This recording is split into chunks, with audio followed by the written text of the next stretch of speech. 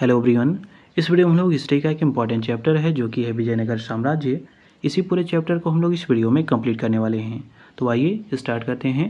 तो देखिए यहाँ पे जो पहला वंश है वो है संगम वंश।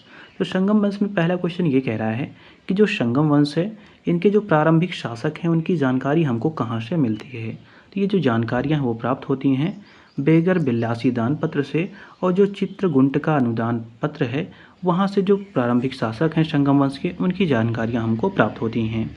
अब अगला क्वेश्चन ये कह रहा है कि विजयनगर में शासन करने वाला पहला राजवंश कौन था। तो ये था संगम वंश। अब अगला क्वेश्चन ये कह रहा है कि विजयनगर की स्थापना कब हुई थी। तो ये हुई थी 1336 ईस्वी में हुई थी इसकी स्थापना। अब अगला क्वेश्चन ये कह रहा है कि विजयनगर साम्राज्य का संस्थापक कौन था। तो ये था हरिहर व बुक्का। मतलब जो हरिहर और बुक्का हैं ये विजयनगर साम्राज्य के संस्थापक थे। अब अगला क्वेश्चन ये कह रहा है कि विजयनगर साम्राज्य की स्थापना से पूर्व हरिहर और जो बुक्का थे वो किसकी सेवा में थे। तो ये काकतीय शासक थे जिनका नाम था प्रताप रुद्रदेव द्वितीय। इन्हीं की सेवा में ये कार्यरत थे। अब अगला क्वेश्चन ये कह रहा है कि विजयनगर साम्राज्य की स्थापना किसके शासनकाल में हुई थी। तो ये शासनकाल में हुई थी मोहम्मद बिन तुगलक के शासनकाल में। अब अगला क्वेश्चन ये कह रहा है कि हरिहर और बुक्का द्वारा स्थापित जो राजवंश है इसको संगम राजवंश के नाम से क्यों जाना जाता है। क्योंकि देखिए जो हरिहर और बुक्का हैं इनके पिता का नाम संगम था, तो इन्हीं के नाम पे इन्होंने इस वंश का नाम रख दिया था। अब अगला क्वेश्चन क्या है। तो देखिए अगले क्वेश्चन में ये कह रहा है कि हरिहर व बुक्का किसके प्रभाव में आकर विजयनगर साम्राज्य की स्थापना ही करते हैं। तो ये एक विद्यारण्य थे जो कि संत थे। उन्हीं के जो प्रभाव में आकर हरिहर और बुक्का जो हैं वो विजयनगर साम्राज्य की स्थापना करते हैं। अब अगला क्वेश्चन ये कह रहा है कि हरिहर और बुक्का को इस्लाम धर्म से पुनः हिंदू धर्म में किसने दीक्षित किया था। तो ये थे संत विद्यारण्य। इन्हीं के प्रभाव में आकर जो हरिहर और बुक्का थे अभी हम लोगों ने ऊपर देखा था उन्होंने विजयनगर साम्राज्य की स्थापना की थी। अब अगला क्वेश्चन कह रहा है कि किस संत ने विजयनगर की स्थापना में सहायता और वरदान दिया था। तो ये थे श्रृंगेरी के संत जिनका नाम था विद्यारण्य। अब अगला क्वेश्चन क्या है। तो देखिए अगले क्वेश्चन में ये कह रहा है कि विजयनगर राज्य की स्थापना का मुख्य उद्देश्य क्या था। तो इसका उद्देश्य यह था कि एक शक्तिशाली हिंदू राज्य की स्थापना किया जाए। अब अगले में क्या है मदुरा विजय किसने की थी। तो ये की थी बुक्का प्रथम ने। अगले में कह रहा है विजयनगर के किस शासक ने वेदमार्ग प्रतिष्ठापक की उपाधि धारण की थी। तो ये धारण की थी बुक्का प्रथम ने। अब अगला क्वेश्चन ये कह रहा है कि विजयनगर के शासकों में से किसने चीन में राजदूत भेजा था। तो जो चीन में राजदूत भेजा था वो हैं बुक्का प्रथम। अगले में कह रहा है विजयनगर के किस शासक के समय विजयनगर और बहमनी साम्राज्य की संघर्ष की शुरुआत हुई थी। तो ये शुरुआत हुई थी हरिहर प्रथम के समय में। अब अगला क्वेश्चन इसी में ये कह रहा है कि विजयनगर शासकों में से वह प्रथम शासक कौन था जिसने महाराजा धीराज की उपाधि धारण की थी। तो ये थे हरिहर द्वितीय। याद रखिएगा काफ़ी इंपॉर्टेंट है। तो महाराजा धीराज की उपाधि धारण की थी हरिहर द्वितीय ने। अगले में कह रहा है हरिहर द्वितीय ने अपने एक शिलालेख में बुक्का प्रथम की सैन्य उपलब्धियों का विस्तृत वर्णन दिया है। यह शिलालेख कौन सा है। तो ये है चन्नरायपट्टन शिलालेख। इसी में इसका वर्णन किया गया है। अब अगला क्वेश्चन ये कह रहा है कि विजयनगर साम्राज्य में किस शासक ने फिरोज शाह बहमनी को पराजित किया था। तो ये किया था देवराय प्रथम ने। अगले में कह रहा है सोनार की बेटी नामक युद्ध किसके किसके बीच हुआ था। तो ये हुआ था फिरोज शाह बहमनी और देवराय प्रथम के बीच। अब अगला क्वेश्चन ये कह रहा है कि विजयनगर के किस शासक को अपनी पुत्री का विवाह बहमनी के शासक जिनका नाम था फिरोज शाह इससे करना पड़ा था। तो ये थे देवराय प्रथम। अब अगला क्वेश्चन ये कह रहा है कि विजयनगर के किस राजा ने तुंगभद्रा नदी पर बांध बनवाकर अनेक नहरों का निर्माण करवाया था। तो ये थे देवराय प्रथम। काफ़ी इंपॉर्टेंट है, इसको याद रखिएगा। मतलब विजयनगर के कौन से ऐसे शासक थे जिन्होंने तुंगभद्रा नदी पर बांध बनवाकर अनेक नहरों का निर्माण करवाया था। तो वो थे देवराय प्रथम। अब अगला क्वेश्चन क्या है। तो देखिए अगले क्वेश्चन में ये कह रहा है कि विजयनगर राजाओं में से किसने मुसलमान लड़ाकों को सेना में भर्ती करना आरंभ किया था। ये किया था देवराय प्रथम ने। अगले में कह रहा है विजयनगर राजाओं में से सबसे सर्वप्रथम कह रहा है किसने अश्वसेना का महत्व को पहचाना था तथा फारस एवं अरब से बड़ी संख्या में घोड़े खरीदना स्टार्ट किए थे। तो ये थे देवराय प्रथम। अब अगला क्वेश्चन ये कह रहा है कि विजयनगर के किस शासक ने गजबेटकर की पदवी धारण की थी। तो ये थे देवराय द्वितीय। अगले में कह रहा है विजयनगर के किस राजा को इम्माड़ी देवराय भी कहा जाता है। तो ये कहा जाता है देवराय द्वितीय को।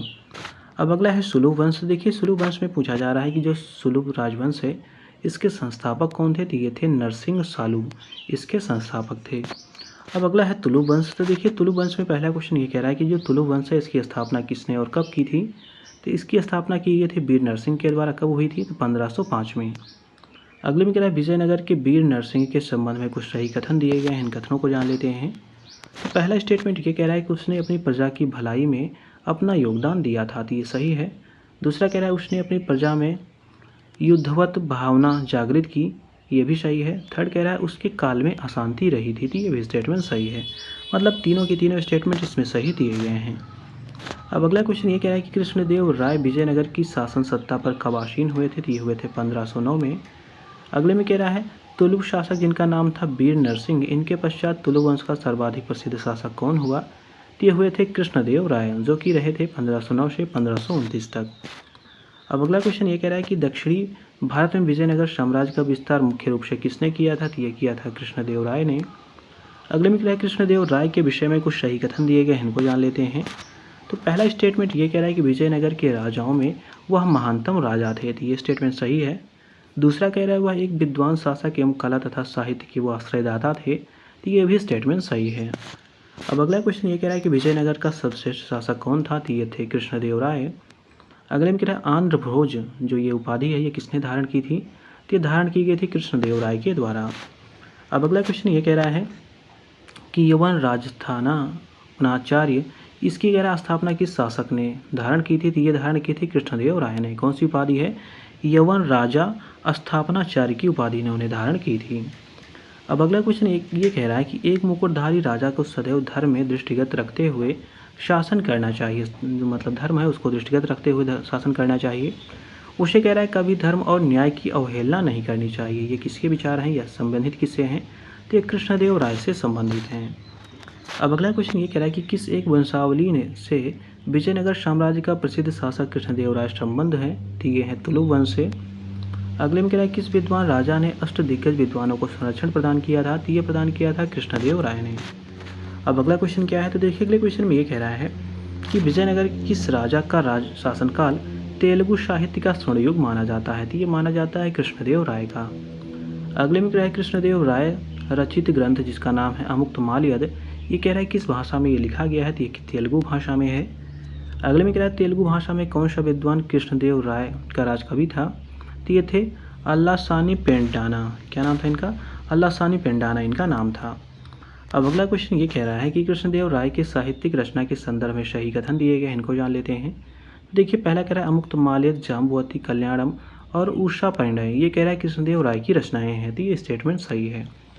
अब अगला क्वेश्चन ये कह रहा है किस साहित्यिक कृति में आलवार विष्णुचित्त का जीवन वृत्त, उनके द्वारा प्रतिपादित वैष्णव दर्शन तथा उनकी दत्तक पुत्री जिनका नाम था गोदा, जिनको अंडाला कहा जाता है, एवं भगवान रंगनाथ के बीच प्रणय का वृत्तांत मिलता है, तो ये मिलता है अमुक्तमाल्यद में, जिसकी रचना की गई थी अभी हम लोगों ने देखा था केडी राय ने, मतलब कृष्णदेव राय ने इसकी रचना की हुई थी। अब अगला क्वेश्चन ये कह रहा है कि उषा परिणय नामक नाटक जिसमें कह रहा है उषा तथा अनिरुद्ध के विवाह का वर्णन है, ये किसने लिखा था, तो ये लिखा था कृष्णदेव राय ने। अगले में कह रहा है प्रसिद्ध हजारा राम मंदिर किसके शासनकाल में बना था, तो ये बना था कृष्णदेव राय के समय में। अब अगला क्वेश्चन ये कह रहा है कि विट्ठल स्वामी मंदिर का निर्माण किसने करवाया, तो ये भी कृष्णदेव राय ने करवाया था। अगले में कह रहा है विजयनगर के किस राजा ने अपने शासनकाल में भूमि का विस्तृत सर्वेक्षण करवाया था, तो ये थे कृष्णदेव राय। अब अगला क्वेश्चन ये कह रहा है कृष्णदेव राय के विषय में सत्य कथन दिया गया है। तो पहला कथन कह रहा है उन्होंने हजारा मंदिर का निर्माण करवाया था, तो ये सही है। दूसरा कह रहा है उन्होंने उड़ीसा, गुलबर्गा तथा उदयगिरी पर अधिकार किया था, तो ये भी सही है। थर्ड कह रहा है उनका प्रधानमंत्री महाप्रधान कहलाता था, तो ये भी स्टेटमेंट सही है। अब अगला क्वेश्चन ये कह रहा है कि विजयनगर का शासक कृष्णदेव राय उन्होंने कौन सा नगर बसाया था, तो उन्होंने बसाया था नागलापुर नगर को। अगले में कह रहा है तालीकोटा का युद्ध कब हुआ था, तो ये 1565 में हुआ था। अगले में कह रहा है तालीकोटा के युद्ध के समय विजयनगर का शासक कौन था, तो ये थे सदाशिव राय। अब अगला क्वेश्चन ये कह रहा है कि तालीकोटा का युद्ध हुआ था इसके समय कह रहा है विजयनगर साम्राज्य में कौन से राजवंश का शासन था, तो इस समय था तुलुक वंश का शासन। अगले में कह रहा है विजयनगर के किस शासक ने संपूर्ण विजयनगर साम्राज्य से विवाह कर समाप्त कर दिया था, तो ये कर दिया था कृष्णदेव राय ने। अब अगला एक स्टेटमेंट दिया गया, इसमें कह रहा है कि जो बारबोसा है वो लिखता है कि राजा ऐसी स्वतंत्रता प्रदान करता है जिससे प्रत्येक व्यक्ति बिना किसी कष्ट के अपनी इच्छा अनुसार आ और जा सकें, तथा कह रहा है अपने पंथ के अनुसार बिना किसी पूछताछ के वो ईसाई, यहूदी, मुसलमान अथवा हिंदू हैं ये रह सकते हैं। इसी के अतिरिक्त कह रहा है कि क्षमता और न्याय सिर्फ शासक द्वारा ही नहीं बल्कि एक दूसरों के प्रति लोगों द्वारा भी इसका पालन किया जाता है। यह कह रहा है यह शासक कौन था जिसके शासनकाल में राज्य सहिष्णु हुआ था। तो ये बात की जा रही है कृष्णदेव राय की। अब अगला क्वेश्चन ये कह रहा है कृष्णदेव राय ने बहमनी के किस सुल्तान को कारागार से मुक्त करवा दिया एवं पुनः सिंहासन पर बैठाया। तो ये इनका नाम था महमूद शाह। अगले में कह रहा है किसके शासनकाल में पुर्तगाली यात्री जिनका नाम था नूनिस ये विजयनगर की भ्रमण पर आया था। तो ये आया था अच्युत राय के समय में। अब अगला क्वेश्चन क्या है, तो देखिए अगले क्वेश्चन में ये कह रहा है, अब आरवीडू से संबंधित क्वेश्चन दिया गया है। तो देखिए इसमें ये कह रहा है कि जब राजा वाडियार ने मैसूर राज्य की स्थापना की तब विजयनगर साम्राज्य का शासक कौन था। तो ये था वेंकट द्वितीय। अब देखिए जो संगम वंश से संबंधित प्रशासन है, तो प्रशासन में क्या क्या उसमें खासियत थी इसको जान लेते हैं। तो देखिए प्रशासन में पहला पॉइंट ये कह रहा है कि विजयनगर राज्य की राजधानी के अवशेष कहाँ पे मिलते हैं। तो ये हम्पी में मिलते हैं। अगले में कह रहा है विजयनगर साम्राज्य की पहली रानी जिसका नाम था अनेकोंडी ये थी। कह रहा है इसकी दूसरी राजधानी कहाँ थी। तो ये थी पेनुकोंडा, ये इसकी दूसरी राजधानी थी। अब अगला क्वेश्चन ये कह रहा है प्रशासन में कि विजयनगर राज्य की समस्त शक्तियाँ किसमें केंद्रित थी। तो ये राजा में केंद्रित होती थी। अगले में कह रहा है विजयनगर साम्राज्य में राजा को क्या कहा जाता था। तो राजा को राय कहा जाता था, मतलब कृष्णदेव राय जो लिखा गया है उसका मतलब है राजा। अब अगला क्वेश्चन ये कह रहा है कि विजयनगर साम्राज्य में मंत्रिपरिषद का प्रमुख क्या कहलाता था। तो इसको महाप्रधानी कहा जाता था। अगले में कह रहा है कि इसके माध्यम से विजयनगर साम्राज्य में राजा गांवों पर अपना नियंत्रण स्थापित करता था। तो ये करता था महानायकाचार्य के माध्यम से। अगले में कह रहा है विजयनगर साम्राज्य की प्रशासनिक विभाजन का सही क्रम हमको बताना है। तो देखिए पहले है साम्राज्य, फिर मंडलम कोट्टम जिसको वालनाडु भी कहते हैं, इसके बाद नाडु है, उसके बाद मेला ग्राम है, उसके बाद स्थल या सीमा ग्राम है। तो ये इसका सीक्वेंस है। अब अगला क्वेश्चन ये कह रहा है कि विजयनगर साम्राज्य में नायकों को राजा द्वारा प्रदान किया जाने वाला भूखंड या जिसको जागीर कहते हैं, इनको क्या कहा जाता था। तो इनको आमरम कहा जाता था। मतलब आमरम क्या होता था विजयनगर साम्राज्य में। तो ये जैसे अभी हम लोगों ने पढ़ा था पीछे दिल्ली सल्तनत में, तो उसको उसमें जागीर कहा जाता था। तो जागीर को ही यहाँ पे आमरम कहा जा रहा है। अब अगले क्वेश्चन में ये कह रहा है कि विजयनगर साम्राज्य के जो प्रमुख प्रांतपति थे वो क्या कहलाते थे। तो वो नायक कहलाते थे। अगले में कह रहा है विजयनगर साम्राज्य की सबसे बड़ी प्रशासनिक इकाई क्या थी। तो ये थी मंडलम। अब अगला क्वेश्चन ये कह रहा है कि जो विजयनगर साम्राज्य है इसकी प्रांतीय इकाई क्या थी। तो ये थी मंडलम। अगले में कह रहा है विजयनगर साम्राज्य में कितने प्रांतीय मंडल थे। तो ये 6 मंडल थे। अगले में कह रहा है विजयनगर साम्राज्य में जिलों को क्या कहा जाता था। इनको कोट्टम कहा जाता था। जिलों को क्या कोट्टम कहा जाता था।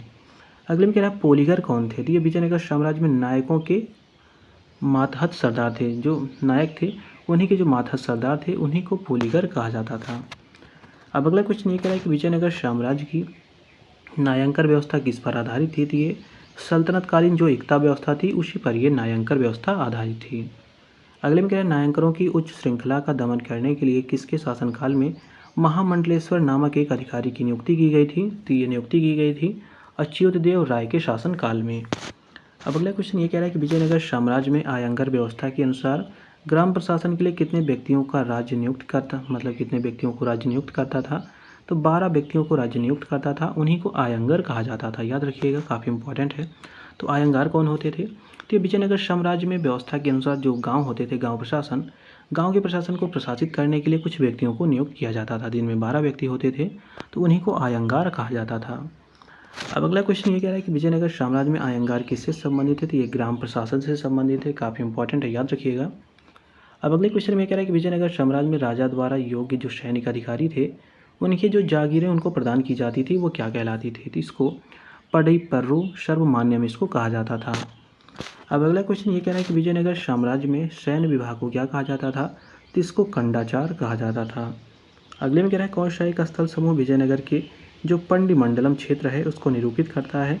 तो ये है मदुरै, चिंगलपुटू, दक्षिण आरकाट और तिरुनेलवेली जो क्षेत्र है उसको परिमंडलम क्षेत्र के अंतर्गत उसको माना जाता है। अब अगला क्वेश्चन क्या है, तो देखिए अगले क्वेश्चन में ये कह रहा है कि विजयनगर में सामाजिक और धार्मिक विषयों पर निर्णय कौन कर देते थे या कौन करता था। तो ये समयाचार्य अथवा जिसको हम लोग देसरी कहते थे, ये इसका डिसीजन लिया करते थे। अगले में कह रहा है विजयनगर राज्य में जो प्रांतपति थे जो राज परिवार के नहीं थे किंतु योग्यता के आधार पर नियुक्त किए जाते थे उनको क्या कहा जाता था। तो उनको दंडनायक कहा जाता था। दंडनायक क्या थे, तो एक तरह से ये प्रांतपति थे। अब अगला क्वेश्चन ये कह रहा है कि विजयनगर साम्राज्य के संबंध में कुछ सही कथन दिए गए, इनको जान लेते हैं। तो पहला स्टेटमेंट कह रहा है कि विजयनगर साम्राज्य का जो राजनीतिक इतिहास है विभिन्न राजवंशों के बदलाव एवं आंतरिक युद्धों का ये इतिहास है। ये सही है स्टेटमेंट। दूसरा कह रहा है बहमनी सल्तनत एवं उनके उत्तराधिकारी राज्य विजयनगर साम्राज्य के लिए गंभीर खतरा बने रहे। तो ये भी स्टेटमेंट सही है। अब अगला क्वेश्चन ये कह रहा है कि विजयनगर साम्राज्य के विषय में सही कथन दिया गया है। तो पहला कथन ये कह रहा है कि राजा साम्राज्य का सर्वोच्च होता था। तो ये स्टेटमेंट सही है। दूसरा कह रहा है कृषि एवं व्यापार समुन्नत दशा में थे उस समय। तो ये भी सही है। थर्ड कह रहा है अथवन विभाग अथवा भू राजस्व की व्यवस्था, जो अथवन विभाग था ये भू राजस्व की व्यवस्था करता था। तो ये भी स्टेटमेंट सही है।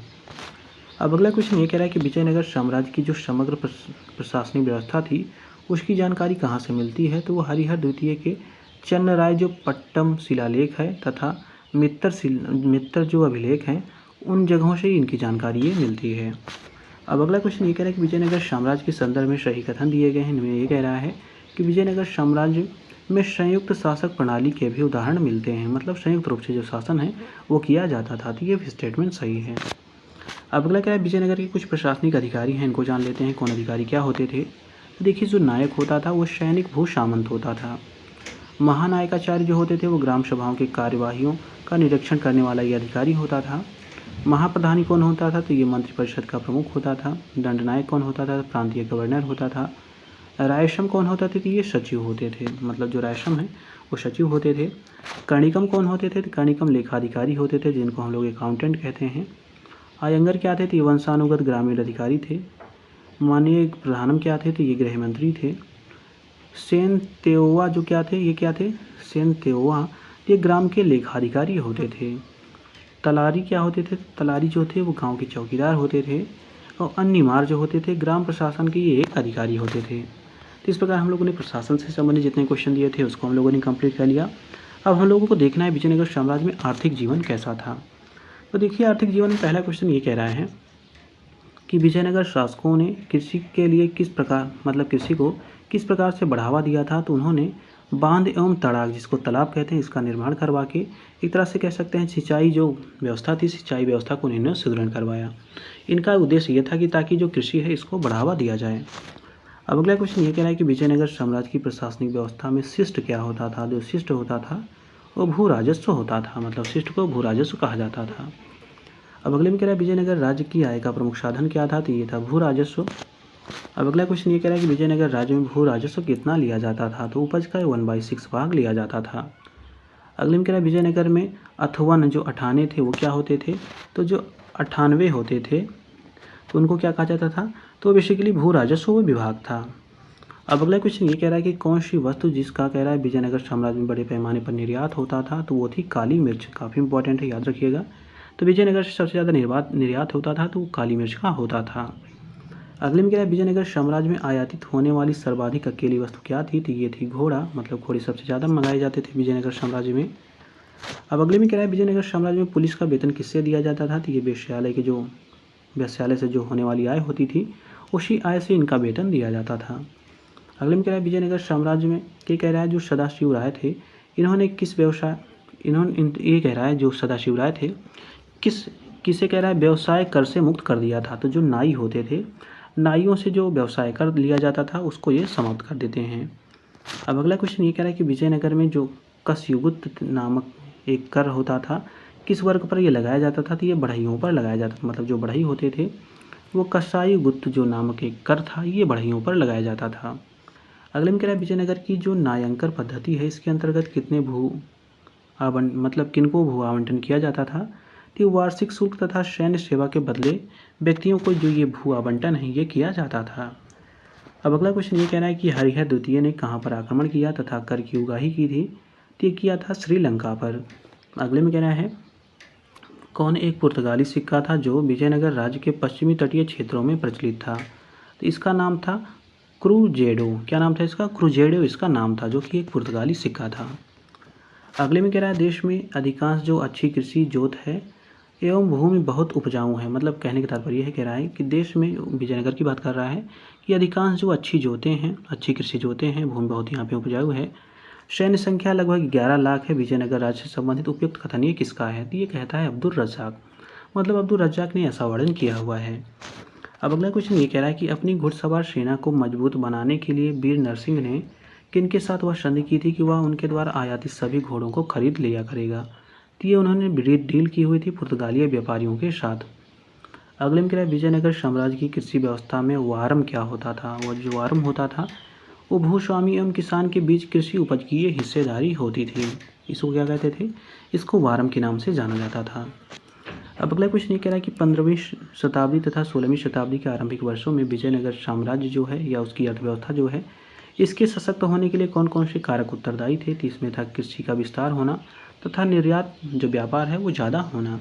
तो यही इसके जो सशक्त है कृषि अर्थव्यवस्था, इसके सशक्त होने का ये कारण था। अब अगला क्वेश्चन ये कह रहा है कि विजयनगर राज्य में वाणिज्य जो थी उसकी स्थिति के विषय में सही कथन दिए गए हैं, उनको जान लेते हैं। तो देखिए पहले स्टेटमेंट ये कह रहा है कि चेट्टी जो थे व्यापार के लिए मलाया द्वीप समूह जाते थे, तो ये स्टेटमेंट सही है। दूसरा कह रहा है मालाबारी सौदागर जो हैं वो दासों का भी व्यापार करते थे और विजयनगर राज्य से पोत भर भर के दास ले जाया करते थे, तो ये भी स्टेटमेंट सही है। थर्ड कह रहा है समुद्र पार व्यापार जो है वो अधिकांशतः विदेशियों के हाथों में था, तो ये भी स्टेटमेंट सही है। अब अगला क्वेश्चन ये कह रहा है कि विजयनगर साम्राज्य में जो अमरम होता था इससे क्या अर्थ होता था। तो जो अमरम होता था वो सैनिक भू सामंत को ये दिया हुआ अनुदान होता था। अब अगला क्वेश्चन ये कह रहा है कि विजयनगर काल में वह भूमि क्या कहलाती थी जो युद्ध क्षेत्र में बहादुरी के लिए या मृत हुए सैनिकों के परिवार वालों को दी जाती थी, उसको रक्त कोडगय के नाम से जाना जाता था। अब अगला ये कह रहा है कि विजयनगर जो कालीन है, विजयनगर जो कह सकते हैं विजयनगर है, उसके समय जो सिक्के चलते थे उन सिक्कों में क्या क्या थे, उनकी खासियत क्या थी।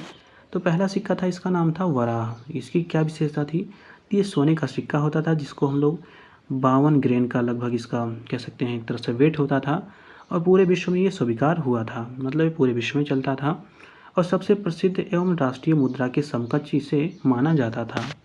इसी में कह रहा है इसे हूण परदाव व पुण्य भी कहा जाता था। मतलब जो हूण है, परदाव है या पुण्य है, वो किसे कहा जाता था, तो वो एक सिक्का था जिसका नाम था वराह, इसी सिक्कों को ये कहा जाता था। और ये जो सिक्का था ये 12 गेंद का होता था, मतलब 52 गेंद का होता था। और ये क्या था, तो ये जो वराह था ये सोने का सिक्का होता था। अब अगला इसी में ये कह रहा है कि जो प्रताप होता था या जिसको हम लोग परतप कहते हैं, ये क्या था, तो ये छोटा स्वर्ण सिक्का होता था। फड़म जो होता था ये भी छोटा स्वर्ण सिक्का होता था। जो तार होता था ये चांदी का सिक्का होता था। जो डिस्टेल था जिसको हम लोग जीतल कहते हैं, ये तांबे का सिक्का होता था।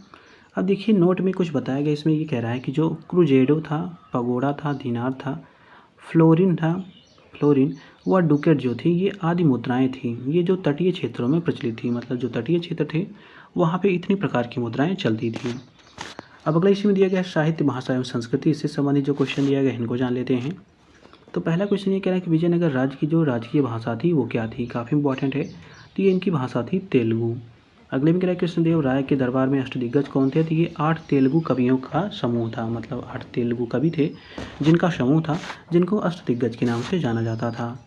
अब अगले में कह रहा है वैदिक ग्रंथों के प्रसिद्ध टीकाकार जिनका नाम था सायण, ये किससे संबंध थे, तो ये थे विजयनगर साम्राज्य से संबंधित थे। अगले में कह रहा है पांडुरंग महात्म्य की रचना किसने की थी, तो ये की थी तेनाली रामकृष्ण ने। अब अगला क्वेश्चन ये कह रहा है कि विजयनगर साम्राज्य के शासक कृष्णदेव राय की अमुक्त माल्यद का शाब्दिक अर्थ क्या होता है, तो इसका मतलब होता है मोतियों की माला। अगले में कह रहा है कौन महाभारत के तेलुगु अनुवादकों के लिए विख्यात है, तो ये है नन्य और टिक्कन। ये क्या किया था इन्होंने, इन्होंने महाभारत का जो तेलुगु अनुवाद है वो किया था। अब अगले में कह रहा है किसने मनुचरित्र, जिसको हम लोग स्वरोचित संभव कहते हैं, की रचना की, जिसमें कह रहा है विजयनगर साम्राज्य का विस्तृत वर्णन मिलता है, तो ये किया था अल्लाशानी पेदन्ना ने इसकी रचना की थी। अगले में कह रहा है वरदाम्बिका परिणयम की रचना किसने की थी, तो ये की थी तिरुमलांबा देवी ने। किसने, तिरुमलांबा देवी ने इसकी रचना की थी। अगले में कह रहा है विजयनगर साम्राज्य के विषय में विवरण देने वाली पुस्तकें कौन कौन सी हैं, तो ये हैं अमुक्तमाल्यद, मनुचरितम और रहला। अगले में कह रहा है विजयनगर काल में किस लिपि का प्रयोग होता था, तो ये नंदिनागरी लिपि जो थी उसका यूज होता था विजयनगर साम्राज्य में। अब अगला क्वेश्चन ये कह रहा है कि शिव तत्व चिंतामणि की रचना किसने की थी, तो ये की थी लक्कन दंडेश ने। अगले में कह रहा है संस्कृत रचना, जो संस्कृत भाषा है उसकी रचना जिसका नाम है महासुधा निधि, ये क्या था, ये नाटक था, ये किसने लिखा था, तो ये लिखा था देवराय द्वितीय ने। याद रखिएगा जो महासुधा निधि है ये देवराय द्वितीय के द्वारा लिखा गया एक संस्कृत नाटक है। अगले में कह रहा है शिव तत्व चिंतामणि जो लिंगायतों के सिद्धांतों एवं अनुष्ठानों से संबंधित एक प्रबंध है, किसके शासनकाल में लिखा गया, तो देवराय द्वितीय के समय में ये लिखा गया।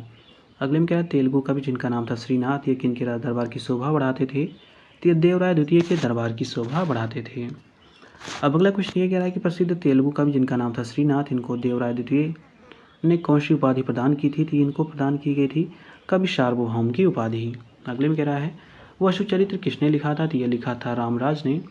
अगले में कह रहा है विजयनगर साम्राज्य के प्रभुत्व काल में किस टीका की रचना हुई थी? तो ये हुई थी पराशर स्मृति पर माधव की टीका। मतलब जो पराशर स्मृति है उस पर माधव टीका लिखा गया था। किसके शासनकाल में? तो ये विजयनगर साम्राज्य के शासनकाल में ये लिखा गया था। अब अगला क्वेश्चन ये कह रहा है कि इतिहासकार जिनका नाम है रॉबर्ट सेवेल, इन्होंने अ फॉरगेटन एम्पायर नामक पुस्तक लिखी है जिसमें इनका राज्य का वर्णन किया है। किस राज्य का वर्णन हुआ है? तो ये विजयनगर साम्राज्य का वर्णन इसमें किया है। अब विदेशी यात्रियों से संबंधित जो क्वेश्चन है कृष्णदेव राय या कह सकते हैं संगम वंश से रिलेटेड, उनको जान लेते हैं। तो पहला क्वेश्चन इसमें ये कह रहा है कि इटली का जो निकोलो कोंटी था किसके शासनकाल में भारत आया? तो देवराय प्रथम के काल में भारत आया। काफ़ी बार पूछा जाता है ये सब क्वेश्चन। अब अगले में कह रहा है 1420 में लगभग विजयनगर पहुंचने वाला वेनिस का यात्री कौन था जो अपनी पत्नी के साथ यात्रा कर रहा था? तो ये था निकोलो दा जो कोंटी था वो 1402 के आसपास विजयनगर पहुंचने वाला मतलब यात्री था। अब अगले में कह रहा है अब्दुल रज्जाक ने किस सन में विजयनगर का भ्रमण किया? तो 1443 में किया। अगले में कह रहा है किसने अब्दुल रज्जाक को देवराय द्वितीय के दरबार में राजदूत बनाकर भेजा था? तो ये खुरासन के सुल्तान थे जिनका नाम था सहरुख। अगले में कह रहा है अब्दुल रज्जाक ने किस राज्य को आंखों देखा हाल वहाँ का वर्णन किया है? तो ये किया है विजयनगर का। मतलब जो अब्दुल रज्जाक हैं उन्होंने आंखों देखा हाल विजयनगर का वर्णन किया हुआ है। अगले में कह रहा है 15वीं शताब्दी में किस शहर के सबसे महत्वपूर्ण विवरणों में से एक का जिक्र अब्दुल रज्जाक समरकंदी से प्राप्त होता है? तो ये है विजयनगर साम्राज्य। अगले में कह रहा है ईरानी राजदूत जिसने विजयनगर साम्राज्य का भ्रमण किया था तो वो थे अब्दुल रज्जाक। कहाँ के थे? ईरानी राजदूत थे। अब अगला क्वेश्चन ये कह रहा है कि फारस से आने वाले अब्दुल रज्जाक की हम्पी यात्रा के समय दक्षिण भारत में विजयनगर साम्राज्य का शासक कौन था? तो ये देवराय द्वितीय उस समय शासक थे। अगले में कह रहा है किस विदेशी यात्री ने विजयनगर साम्राज्य में सती प्रथा के प्रचलन का उल्लेख किया है? ये लिखा है दुबारते बारबोसा ने। मतलब जो दुबारते बारबोसा हैं इन्होंने बताया कि विजयनगर साम्राज्य में सती प्रथा के जो प्रचलन था वो था। अब अगला क्वेश्चन ये कह रहा है कि कृष्णदेव राय के शासनकाल में आने वाले 2 पुर्तगाली यात्री कौन थे? तो ये थे डोमिंगो पायस और फर्नांडो नूनेज जिसके समय आए थे। अब अगला देखिए अगले क्वेश्चन में ये कह रहा है मलक्का कैम्बे बिना नहीं, कह रहा है मलक्का जो है कैम्बे बिना नहीं रह सकता और न कैम्बे मलक्का के बिना। अगर कह रहा है उन्हें बहुत धनी और समृद्ध बनाना हो एशियाई व्यापार के विषय में यह टिप्पणी किसने की थी? ये की थी बारबोसा ने। मतलब बारबोसा ने ऐसी टिप्पणी की थी कि मलक्का कैम्बे के बिना नहीं रह सकता और कैम्बे मलक्का के बिना नहीं रह सकता क्योंकि एक दूसरे को ये समृद्ध और धनी बनाते हैं। अब अगला क्वेश्चन ये कह रहा है कि किस लेखक ने विजयनगर साम्राज्य का एक समकालीन विवरण प्रस्तुत किया है या लिखा हुआ है? तो ये लिखा है डोमिंगो पायस ने। अगले में क्या प्रसिद्ध यात्री जिनका नाम था दुआर्ते बारबोसा, ये कहाँ के निवासी थे? तो ये पुर्तगाल के निवासी थे। अगले में क्या विजयनगर जो है विदेशी यात्रियों के संबंध में कुछ सही कथन दिए गए हैं, उनको जान लेते हैं। तो पहला स्टेटमेंट ये कह रहा है कि डोमिंगो पायस और दुआर्ते बारबोसा थे, ये पुर्तगाली यात्री थे, तो ये सही है। कह रहा है जो कृष्णदेव राय के समय विजयनगर आए थे, तो ये भी स्टेटमेंट सही है। अब अगला क्वेश्चन ये कह रहा है कि विजयनगर के सम्राटों की जो धार्मिक सहिष्णुता है इसके इस विषय में किसने लिखा है कि राजा ने इतनी स्वतंत्रता दे रखी है कि कोई भी व्यक्ति स्वतंत्र रूप से विचरण कर सकता है, अपने धर्म को पालन कर सकता है, उन्हें कोई कष्ट नहीं दिया जाएगा और ना ही उनसे पूछा जाएगा कि तुम यहूदी हो, मुसलमान हो, हिंदू हो, क्या हो। तो ये कहा लिखा हुआ है बारबोसा ने। अब अगला क्वेश्चन ये कह रहा है कि डोमिंगो पायस के संदर्भ में कुछ सही कथन दिए गए हैं, इनको जान लेते हैं। तो पहला स्टेटमेंट ये कह रहा है कि विदेशी यात्री डोमिंगो पायस के अनुसार विजयनगर की सामाजिक जो व्यवस्था थी उसमें देवदासियों की उच्च प्रतिष्ठा वाली स्थिति व्याप्त थी। ये स्टेटमेंट सही है। अब अगला क्वेश्चन क्या है? तो देखिए अगले क्वेश्चन में ये कह रहा है कि किसने विजयनगर के पतन के शीघ्र बाद ही उस स्थान का दर्शन व वर्णन किया है? तो ये किया था सीजर फ्रेडरिक ने। अगले में कह रहा है कोंटी है, पायस है, नूनीज है, मनुची हैं, ये सभी कौन थे? तो ये विदेशी पर्यटक थे। अब अगले में ये कह रहा है कि वह कौन यात्री था जिसने 1567 में विजयनगर की पराजय के ठीक बाद वहाँ की यात्रा की और विजयनगर के 24 मील के घेरे में बने होने का वर्णन करता है? तो ये है सीजर फ्रेडरिक। अगले में कह रहा है एथेनेशियस निकितन कौन था? तो ये एक रूसी अश्व व्यापारी था। अब अगले में कह रहा है माहुयान नामक जो चीनी यात्री था किसके समय में समुद्री मार्ग से भारत आया था? तो जो माहुयान था वो किसके समय में आया था? तो ये आया था मल्लिका अर्जुन के समय में। अब विजयनगर के संदर्भ में विदेशी यात्रियों के कथन क्या हैं, इनके बारे में जान लेते हैं। तो देखिए विदेशी यात्रियों में पहले हैं अब्दुल रज़ाक। इन्होंने क्या कहा था? तो अब्दुल रज़ाक ने कहा था विजयनगर के बारे में कि यह नगर ऐसा है जिसमें मिलता स्थान नेत्रों से समूची पृथ्वी पर कभी नहीं देखा है और ना ही इसके बारे में कानों ने कभी सुना हुआ है। तो ऐसा वर्णन उन्होंने किया हुआ है। अब अगला ये कह रहा है निकोली डे कोंटी, इन्होंने क्या वर्णन किया विजयनगर साम्राज्य के बारे में। तो इन्होंने कहा है नगर की जो परिधि है वो 60 मील है। यहाँ लगभग 90,000 पुरुष ऐसे थे जो शस्त्र धारण करने योग्य थे। तो ये ऐसा वर्णन निकोले कॉन्टी ने किया है। और डोमिगो पायस ने क्या कहा है विजयनगर के बारे में। तो इन्होंने कहा कि राजा जो होते थे मझोले कद के होते थे, कद का है तथा गैर वर्णीय है। और कह रहा अच्छी कद काठी है जो कि दुबलेपन के स्थान पर स्थूल है, जिसके मुख पर चेचक के निशान हैं। तो ऐसा वर्णन डोमिगो पायस ने किया हुआ है। अब अगला जो वो है यात्री, इनका नाम है एथेनेसियस निकिटन। इन्होंने क्या वर्णन किया है। तो इन्होंने बताया है कि अभिजात वर्ग के लोगों के तथा साधारण लोगों के जीवन में बहुत अंतर यहाँ पे विद्यमान था। तो ऐसा वर्णन विजयनगर साम्राज्य के बारे में एथेनेसियस निकिटन ने किया है। अब विजयनगर में आए जो विदेशी यात्री थे, काफ़ी इनसे क्वेश्चन पूछे जाते थे, कौन कौन आए थे, किसके समय में आए थे, काफ़ी इंपॉर्टेंट होने वाला है ये। तो देखिए जो निकोली डो कोंटी थे ये इतालवी देश के थे, जो देवराय प्रथम के समय में 1420 में आए थे। अब्दुल रज्जाक ये फारसी थे, देवराय द्वितीय के समय में 1442 से 44 तक आए थे। डोमिगो पायस जो थे पुर्तगाली थे, कृष्णदेव राय के समय में आए थे। बारबोसा जो थे ये भी पुर्तगाली थे, ये भी आए थे कृष्णदेव राय के समय। इनका ड्यूरेशन था 1500 से 1516। नूनिस जो थे ये पुर्तगाली थे, अच्युत राय के समय में आए थे, 1530 से 37 तक रहे। सीजर फेडरिक जो है पुर्तगाली थे, ये सदाशिव राय के समय में आए थे। अब जो स्थापत्य कला से संबंधित क्वेश्चन है उनको जान लेते हैं। तो पहला ये कह रहा है कि कल्याण मंडप किस राज्य के मंदिर वास्तु का विशिष्ट लक्षण है। तो ये है विजयनगर साम्राज्य का।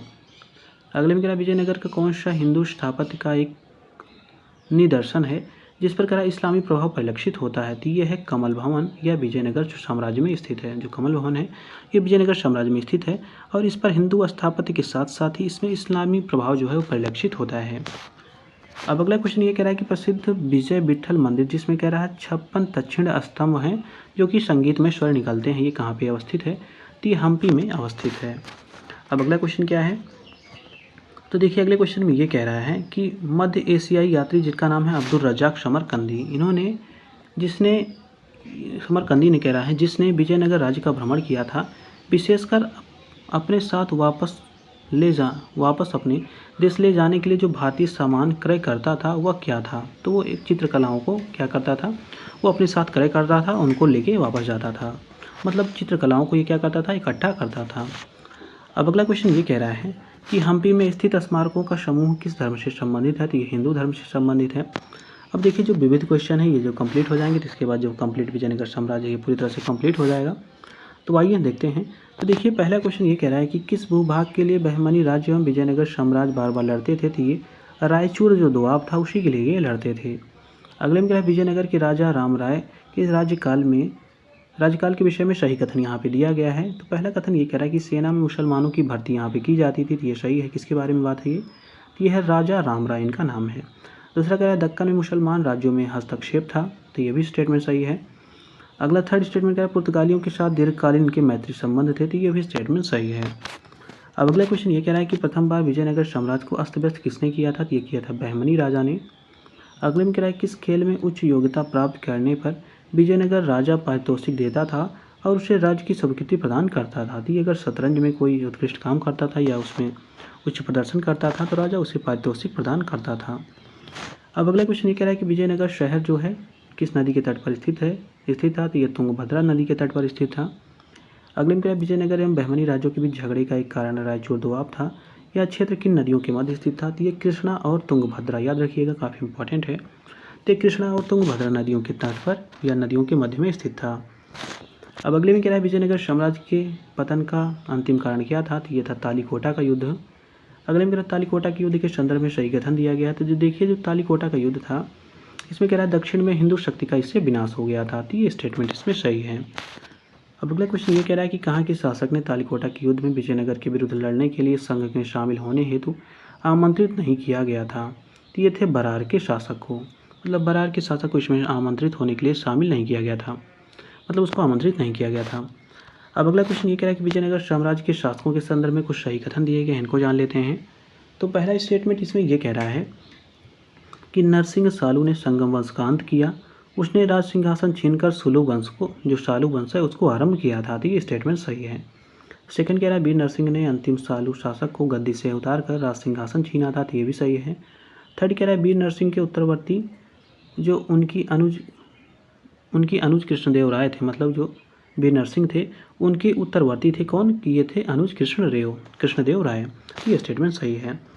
अब अगला क्वेश्चन ये कह रहा है कि कृष्णदेव राय के उत्तरवर्ती उनके जो भाई थे जिनका नाम था अच्युत देव राय।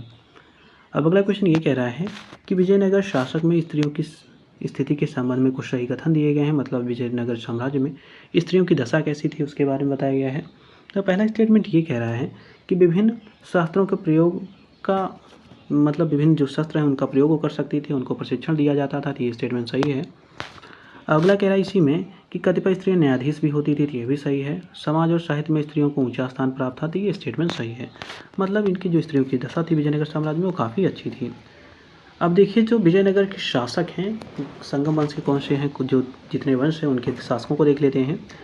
तो देखिए संगम वंश में पहले हैं हरिहर बुक्का, दूसरे हैं बुक्का प्रथम, तीसरे हैं हरिहर द्वितीय, तीसरे उसके बाद हैं विरूपाक्ष प्रथम, उसके बाद बुक्का द्वितीय हैं, उसके बाद देवराय प्रथम है, उसके बाद देवराय द्वितीय हैं। तो ये सब विजयनगर शासक संगम से संबंधित हैं। इसके बाद देखिए इसमें हैं देवराय द्वितीय, मल्लिकार्जुन, विरूपाक्ष। तो ये सब जो शासक हैं वो संगम वंश के शासक हैं। अब सालू वंश के कौन कौन से शासक हैं, तो इनमें देखिए नरसिंह सालू हैं, नरसा नायक हैं, तो ये इसमें 2 शासक हैं। तुलु वंश की बात की जाती है इसमें वीर नरसिंह हैं, कृष्णदेव राय हैं, अच्युत देव राय हैं, वेंकट प्रथम हैं।